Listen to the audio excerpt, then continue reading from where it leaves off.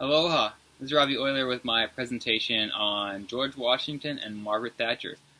These two leaders are on very different aspects of history, but in the end, I found out that they have a lot in common when it comes to their leadership communication abilities and how they were able to make change come about and bring their visions to reality. Both of them were the first in their field. President Washington, as we all know, was the first American president ever, and Margaret Thatcher was the first woman in Parliament. So they both have been able to get themselves into very high leadership positions, more so than anybody else had ever done in their history. So leading the way that in that aspect really puts them to the front of my mind as some amazing leaders. To be able to take on that kind of position is very courageous. And that is actually what George Washington was known for. He was known as an honorable, courageous individual who was rich. He came up with some property from his mother, who didn't really give it to him right at first, but he sought later to keep finding property like Mount Vernon and so on and so forth. He wasn't going to stop there, but he knew that in order to be successful, he had to have the ability to own land, and that's kind of a freedom of economical ties there.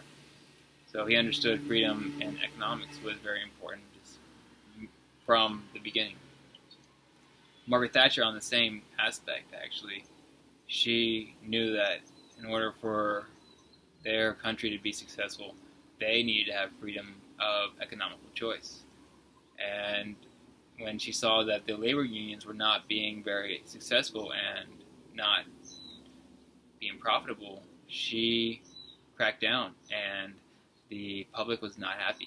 A lot of people lost jobs, and the economy went through some trying times. She was not popular at all. People were very upset and ended up really being mean to her till the very end because of the amount of pain that was caused. But she knew from her grassroots that it had to be changed. So her basic principle of integrity of the system had to be present, or they would not be successful, despite what all the public saw. So those are some of the similarities. If we are now going to get to the differences more so, with the idea that Margaret, she was a small woman. She had very bright dresses she would wear to Parliament, and also wear her pearls. So she looked nothing like anybody else there, with all the dark suits that all the men would wear into Parliament.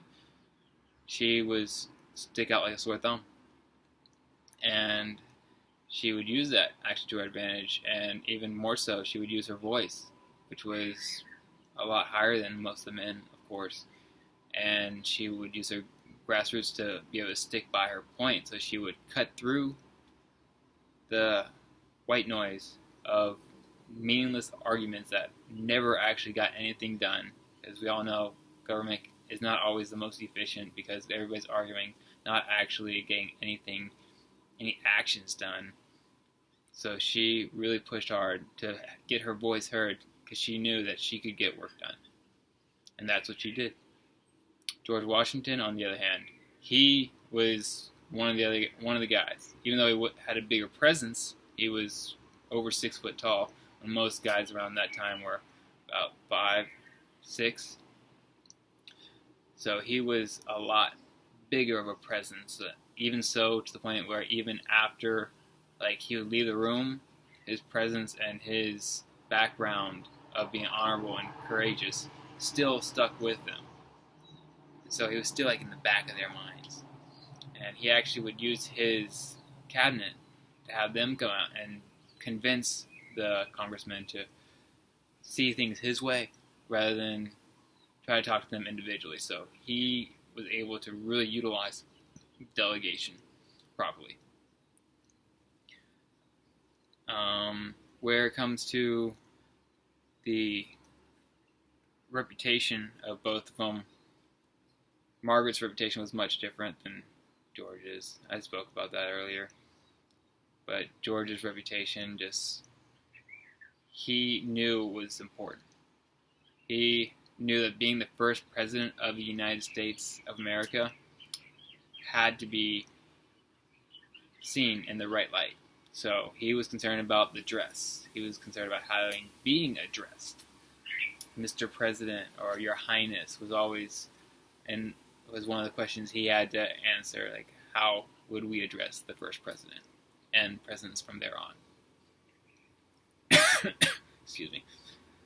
So he knew that the presence of the individual was the ultimate leading aspect. And Margaret also knew this as well. And that's where I think they really came in to bond and find solitude. And the presence that they created was the ultimate leading aspect.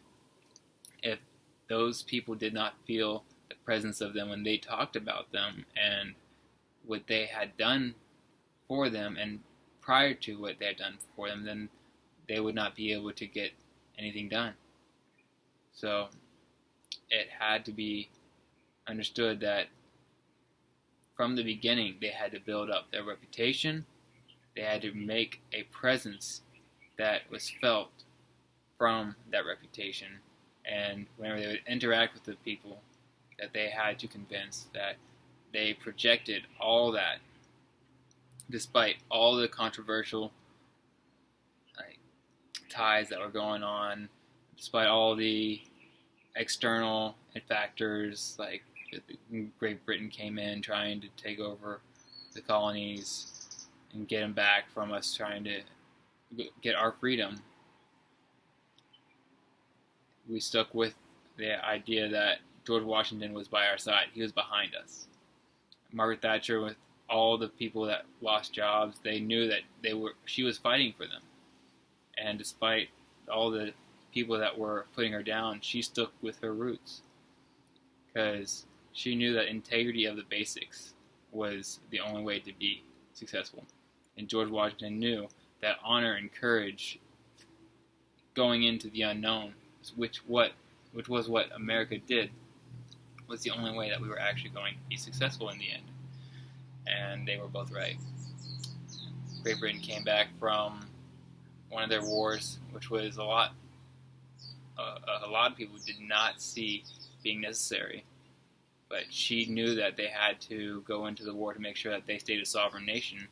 After they came back from that, they had rejuvenated their economy. They started to produce again. They started to come back. People were getting jobs. And despite, at one point, had 3 million people out of work and being on unemployment, they came back and started to really make some progress. And as we all know what George Washington did for all of us now, he has changed the world just from his presence. So I hope you all enjoyed this, and best of luck to all you.